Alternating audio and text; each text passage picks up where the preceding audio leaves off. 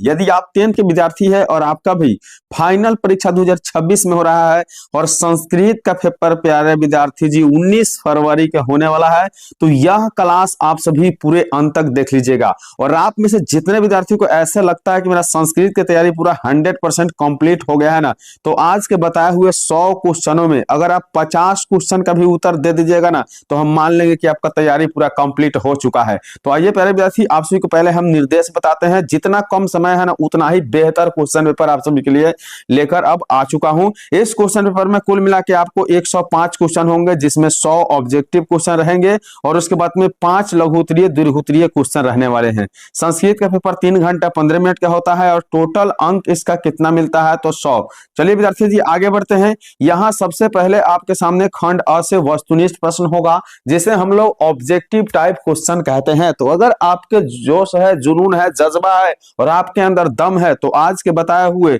100 क्वेश्चनों में कम से कम 50 वस्तुनिष्ठ प्रश्न को आप सही करके दिखाइए। तो आइए आज की शानदार क्लास को शुरू करते हैं। आप लोग क्लास को लाइक जरूर कर लीजिएगा। चलिए आज की क्लास का पहला क्वेश्चन है, राजशेखर का प्रमुख काव्य ग्रंथ कौन है? तो राजशेखर का प्रमुख काव्य ग्रंथ कौन है, बताइए उत्तर क्या होगा। चलिए अगर आपने उत्तर काव्य मीमांसा दिया है तो बिल्कुल 100% सही उत्तर बी हो जाएगा। तो प्यारे विद्यार्थी अपने नोटबुक में 1 2 3 करके इस तरह से 1 2 3 करके सीरियल लाइन बना लेंगे और बारी बारी से सभी का उत्तर लिखना है कि चलिए 1 का बी हुआ, 2 का सी होगा, इस तरह से लिखना है और अंत में हमें बताना है कि आप सभी ने कितने प्रश्नों का उत्तर सही किया है, जिससे आपको भी पता चल सके कि मेरा तैयारी कितना हो चुका है। तो चलिए दूसरा नंबर क्वेश्चन है, आलसशाला में आग कब लगाई गई?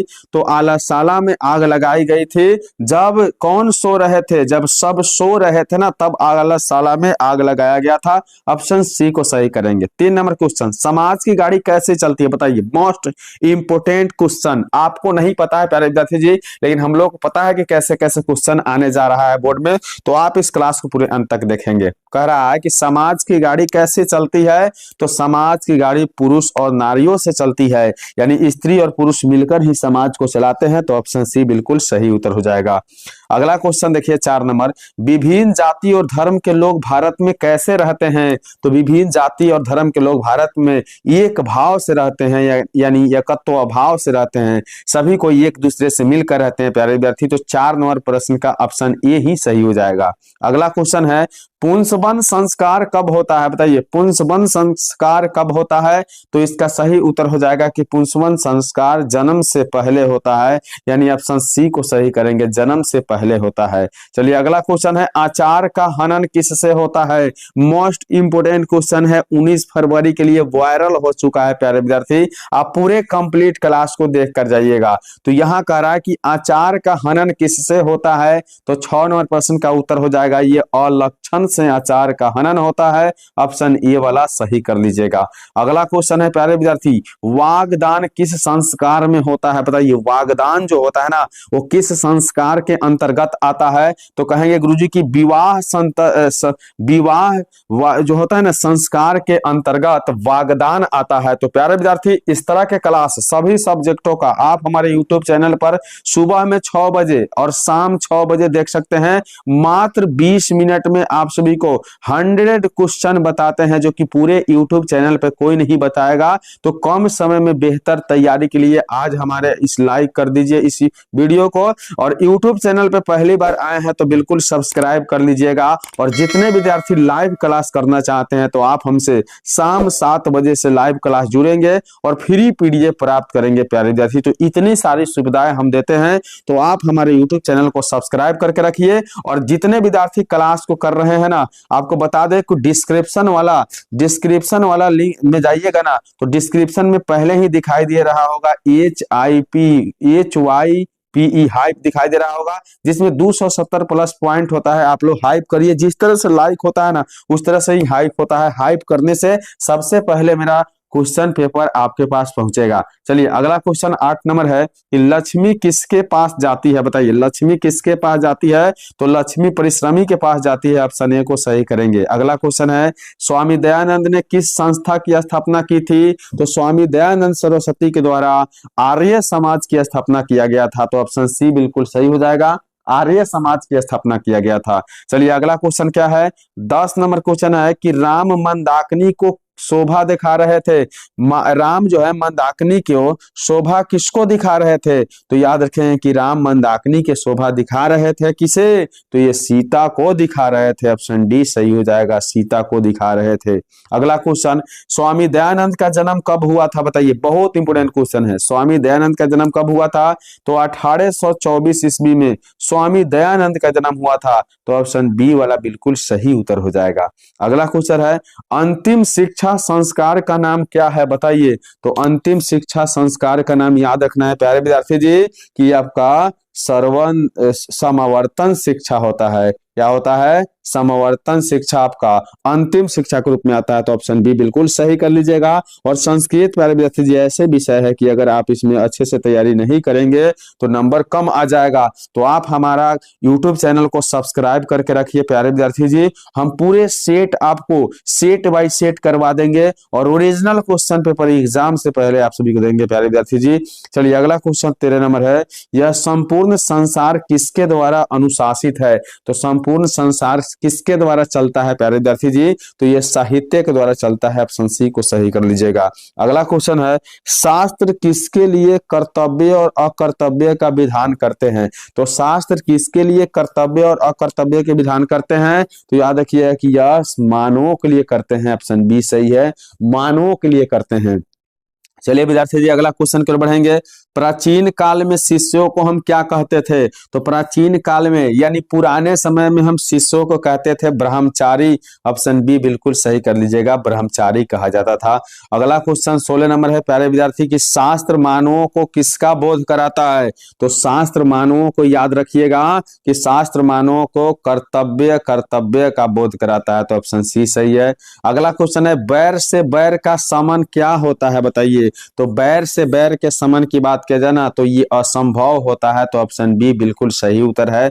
अगला क्वेश्चन है कि नदियां नाम और रूप छोड़कर किससे मिल जाती है। तो नदियां नाम और रूप सभी को छोड़कर, याद रखिएगा प्यारे विद्यार्थी कि ये समुद्र में मिलती है। तो ऑप्शन ए बिल्कुल सही है, समुद्र में मिलती है। तो आपको मेरे यूट्यूब चैनल के द्वारा एक से एक इंपोर्टेंट क्लास लिया जाता है जो वायरल ऑब्जेक्टिव क्वेश्चन का क्लास होता है प्यारे विद्यार्थी। तो सभी विद्यार्थी क्लास को लाइक करके यूट्यूब चैनल को जरूर सब्सक्राइब कीजिएगा और हाइप वाला बटन से आप प्यारे विद्यार्थी हमारे लिए 270 पॉइंट जरूर करेंगे, क्योंकि इसमें आपको कोई पैसा खर्चा नहीं होता है और इससे हमारा वीडियो सबसे पहले आपके पास पहुंच जाता है। तो क्वेश्चन नंबर 19 है कि महान से भी महान क्या होता है, बताइए।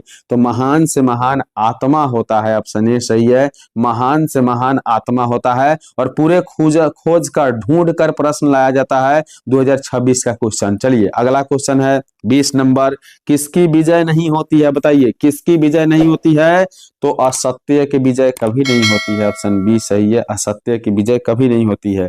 अगला क्वेश्चन है, वनवास प्रसंग में राम सीता लक्ष्मण के साथ कहां पहुंचते थे। तो राम और सीता के साथ कहां पहुंचे थे वनवास प्रसंग में। तो याद रखेंगे कि 21 नंबर प्रश्न का प्यारे विद्यार्थी जी सही जो उत्तर होगा ना, याद रख लीजिएगा, यह आपका चित्रकूट में पहुंचे थे। तो ऑप्शन सी सही है, चित्रकूट में पहुंचे थे।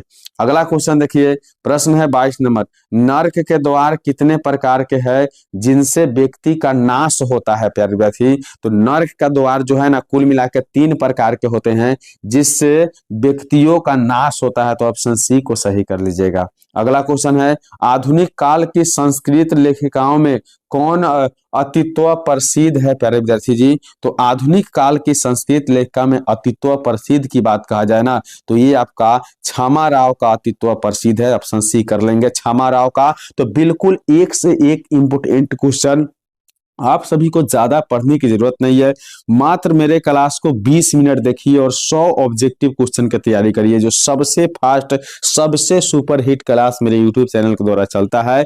प्रश्न है 24 नंबर, वस्तुतः इस समय संसार किस महासागर के कुल मध्य स्थित दिख रहा है। तो संसार किस महासागर के मध्य स्थित दिख रहा है, तो याद रखेंगे कि अशांति महासागर के मध्य दिख रहा है प्यारे विद्यार्थी। ऑप्शन सी बिल्कुल सही है। अगला क्वेश्चन है, परपीड़न किस लिए होता है, बताइए। बहुत इंपोर्टेंट क्वेश्चन है, परपीड़न किस लिए करवाया जाता है। तो पाप के लिए परपीड़न होता है, यानी परपिंडन का दान होता है पाप के लिए। ऑप्शन बी सही उत्तर हो जाएगा। अगला क्वेश्चन 26 नंबर है, पाटना का इतिहास कितना पुराना है बताइए। मोस्ट इंपोर्टेंट क्वेश्चन है, पाटना का इतिहास कितना पुराना है प्यारे विद्यार्थी। तो 26 नंबर प्रश्न का जो सही उत्तर हो जाएगा ये 2500 वर्ष पुराना है। ऑप्शन ए को सही कर लीजिएगा, 2500 वर्ष पुराना है। अगला क्वेश्चन 27 नंबर देखिए, कह रहा है कि कूटनिम्नतम काव्य के कवि कौन है। तो कूटनिम्नतम काव्य के कवि याद रखेंगे प्यारे विद्यार्थी, 27 का सही उत्तर दामोदर गुप्त है। ऑप्शन बी को सही करेंगे, दामोदर गुप्त है। अगला क्वेश्चन, यूनान का राजदूत कौन था बताइए। मोस्ट इंपोर्टेंट क्वेश्चन है, यूनान का राजदूत कौन था। तो यूनान के राजदूत मेगास्थनीज था। ऑप्शन सी को सही कर लीजिएगा, मेगास्थनीज था प्यारे विद्यार्थी। अगला क्वेश्चन 29 नंबर, राजशेखर की रचना कौन सी है। मोस्ट इंपोर्टेंट क्वेश्चन है, इससे बेहतर क्लास आपको पूरे यूट्यूब पर कोई नहीं कराएगा, और आप लोग जो बड़े बड़े मैराथन क्लास देखते हैं उससे कोई फायदा नहीं होगा प्यारे विद्यार्थी जी। समय की बचत कीजिए और अधिक से अधिक क्वेश्चन कम समय में पढ़िए। तो राजशेखर की रचना काव्य मीमांसा था। ऑप्शन ए को सही कर लीजिएगा, काव्य मीमांसा था। तो ये इस तरह के क्लास आपको 20 मिनट के अंदर में 100 क्वेश्चन बताती है, तो जरूर ऐसे क्लास को देखें। अगला क्वेश्चन है, कौमुदी महोत्सव किस ऋतु में मनाया जाता है। तो कौमुदी महोत्सव याद रखिएगा प्यारे विद्यार्थी, बहुत इंपोर्टेंट क्वेश्चन है कि ये शरद ऋतु में मनाया जाता है, यानी शरद ऋतु जिसको कहते हैं। ऑप्शन डी सही है। अगला क्वेश्चन है, कथम मारात्मक तयवी विश्वास, यानी कथम मारात्मक तवई विश्वास, तो यह किसकी युक्ति है। यह किसकी युक्ति है प्यारे विद्यार्थी। तो कहेंगे यह पथिक की युक्ति है, यानी ऑप्शन बी सही है, पथिक के द्वारा कहा गया है। अगला क्वेश्चन है, कर्णभार रूपक के रचनाकार कौन है। तो कर्णभार रूपक के रचनाकार याद रखिएगा कि यह महाकवि भास जी है, महाकवि भास जी है। तो ऑप्शन डी बिल्कुल सही करेंगे। अगला क्वेश्चन 33 नंबर है, शत्रुता को कौन बढ़ाता है बताइए। शत्रुता को कौन बढ़ाता है प्यारे विद्यार्थी जी। तो शत्रुता को स्वार्थ बनाता है, बढ़ाता है। अगर हम स्वार्थी बनेंगे तो हमारा शत्रुता बढ़ेगा, यानी हमारा दुश्मन बढ़ेगा।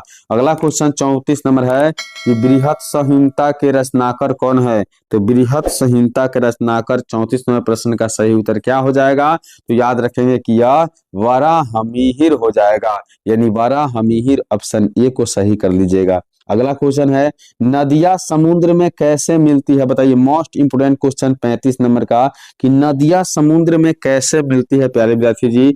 तो कहेंगे कि नदियां समुद्र में जब मिलती है ना, तो यह अपने नाम को और रूप को छोड़कर मिलती है प्यारे विद्यार्थी जी, नाम और रूप को छोड़कर मिलती है। तो ऑप्शन डी बिल्कुल सही उत्तर हो जाएगा। अगला क्वेश्चन क्या है, 36 नंबर प्रश्न है प्यारे विद्यार्थी जी। आप सभी विद्यार्थी आज की शानदार क्लास को पूरे अंत तक जरूर करिएगा, और जितने विद्यार्थी क्लास को लाइक नहीं किए हैं क्लास को लाइक कर लीजिएगा। यूट्यूब चैनल को सब्सक्राइब करना बहुत जरूरी है, क्योंकि सब्सक्राइब करने में कोई भी पैसा नहीं लगता है प्यारे विद्यार्थी जी, और आप सभी को मेरा क्लास सबसे पहले मिलता है। तो ऋषियादि प्रणीत को हम क्या कहते हैं। तो ऋषियादि प्रणीत को याद रखेंगे, 36 नंबर क्वेश्चन है, हम उन्हें कृतक कहते हैं। ऑप्शन सी सही है, कृतक। अगला क्वेश्चन है, मीमांसा दर्शन के रचनाकार कौन है प्यारे विद्यार्थी। तो मीमांसा दर्शन के जो रचनाकार है ना, ये याद रख लीजिएगा, बहुत इंपोर्टेंट क्वेश्चन है। ये हमारा जैमिनी जी है। ऑप्शन ए सही है, जैमिनी जी है। अगला क्वेश्चन है, प्राचीन काल में शिष्यों को क्या कहा जाता था। तो प्राचीन काल में शिष्यों को ब्रह्मचारी कहा जाता था। तो ऑप्शन बी इसका बिल्कुल सही हो जाएगा, ब्रह्मचारी कहा जाता था प्यारे विद्यार्थी जी। चलिए अगला क्वेश्चन कर बढ़ते हैं। एक से एक इंपोर्टेंट क्लास है और एक से एक इंपोर्टेंट क्वेश्चन आप सभी के लिए लेकर आया हूं। क्वेश्चन 39 नंबर, नीति श्लोका पाठ किस ग्रंथ से संकलित है। यानी नीति श्लोका जो पाठ है ना, यह किस ग्रंथ से लिया गया है प्यारे विद्यार्थी जी। तो याद है कि यह विदुर नीति से लिया गया है। ऑप्शन ए सही है, विदुर नीति से लिया गया है। अगला क्वेश्चन, स्वामी दयानंद के बचपन का नाम क्या था बताइए। तो स्वामी दयानंद के बचपन के नाम याद रखिएगा। तो यह क्या था विद्यार्थी जी। तो मूल शंकर था। ऑप्शन सी बिल्कुल सही है, मूल शंकर था। चलिए अगला क्वेश्चन 41 नंबर, मंदाकिनी वर्णम पाठ के कवि कौन है बताइए। तो मंदाकिनी वर्णम पाठ के कवि याद रखेंगे कि ये वाल्मीकि जी है। वाल्मीकि जी के द्वारा मंदाकिनी वर्णम पाठ की रचना किया गया था। तो ऑप्शन सी को आप लोग सही कर लीजिएगा। चलिए बढ़ेंगे, अगला क्वेश्चन 42 नंबर प्रश्न आपके सामने आ गया है। तो एक बार आओ और आप सभी से रिक्वेस्ट कर दूं कि आज की इस क्लास को अंत तक सभी कोई करेंगे। क्लास को लाइक करके यूट्यूब चैनल को सब्सक्राइब करना है और HYP हाइप वाले बटन से आप 270 पॉइंट जरूर क्लिक करिएगा प्यारे विद्यार्थी जी। इतना करेंगे तो आपके सामने सबसे पहले मेरा क्वेश्चन पेपर पहुंच जाएगा। चलिए 42 नंबर क्वेश्चन है कि व्याघ्र पथिक कथा पाठ के रचयिता कौन है। तो व्याघ्र पथिक कथा पाठ की रचयिता कौन है प्यारे विद्यार्थी जी। तो ये नारायण पंडित है। ऑप्शन बी को सही करेंगे, नारायण पंडित है। अगला क्वेश्चन है कर्णाशय दान वीरता पाठ किस ग्रंथ से संकलित है। तो कर्णाशय दान वीरता पाठ जो है ना किस ग्रंथ से संकलित है। तो 45 नंबर क्वेश्चन का सही उत्तर करेंगे प्यारे विद्यार्थी जी। यह याद रखेंगे कर्णभार से है। ऑप्शन ए सही है। अगला क्वेश्चन 44 नंबर न्याय दर्शन के प्रवर्तक कौन है बताइए। तो न्याय दर्शन का प्रवर्तन याद रखिएगा कि ये गौतम जी है। तो ऑप्शन बी सही है, ऋषि गौतम है। ऑप्शन बी को सही करिएगा। अगला क्वेश्चन प्रश्न कह रहा है 45 नंबर आर्यभट्टियम किसकी रचना है बताइए। बहुत इंपोर्टेंट क्वेश्चन है, आर्यभट्टियम किसकी रचना है। तो यह आर्यभट्ट की रचना है। ऑप्शन डी को सही करेंगे, आर्यभट्ट की रचना है प्यारे विद्यार्थी। अगला क्वेश्चन है 46 नंबर नीति श्लोका पाठ में परम श्रेय किसे कहा गया है। तो नीति श्लोका पाठ में परम श्रेय याद रखिएगा। इस प्रश्न का सही उत्तर हो जाएगा ये धर्म को कहा गया है। तो धर्म आपका परम श्रेय होता है। ऑप्शन ए सही उत्तर हो जाएगा। अगला क्वेश्चन है विनय किसका नाश करता है बताइए। विनय किसका नाश करता है। तो 47वें प्रश्न का सही उत्तर हो जाएगा कि विनय आकृति को नाश करता है। ऑप्शन डी सही है, आकृति को नाश करता है प्यारे विद्यार्थी। तो एक से एक मोस्ट इंपोर्टेंट क्वेश्चन आप सभी के लिए हम सुबह 6 बजे और शाम 6 बजे लेकर आते हैं।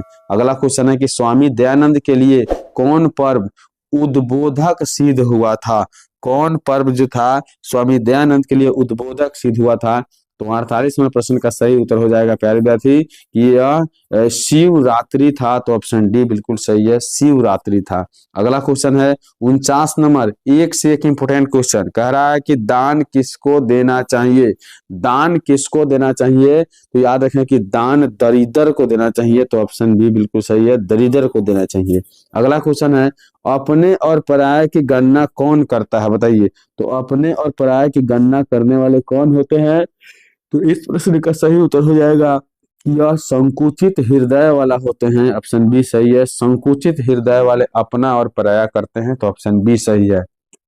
अगला क्वेश्चन निस्यति किस लकार का रूप है बताइए। निस्यति किस लकार का रूप है। तो 51वें प्रश्न का सही उत्तर हो जाएगा ये लिट लकार का रूप है।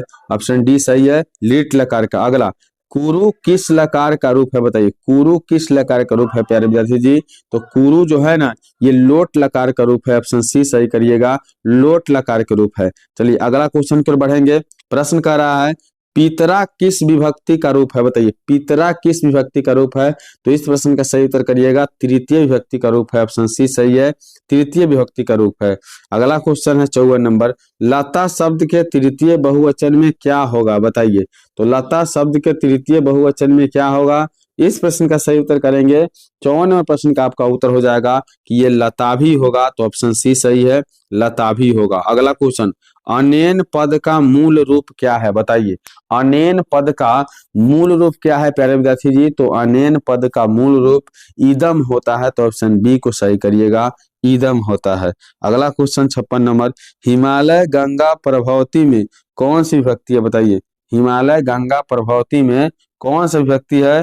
तो कहेंगे कि 56 नंबर क्वेश्चन का सही उत्तर हो जाएगा कि यह इसमें पंचमी विभक्ति है। ऑप्शन डी को सही कर दीजिएगा, पंचमी विभक्ति है। ऑप्शन डी को सही कर दीजिएगा। चलिए अगला क्वेश्चन की ओर बढ़िए।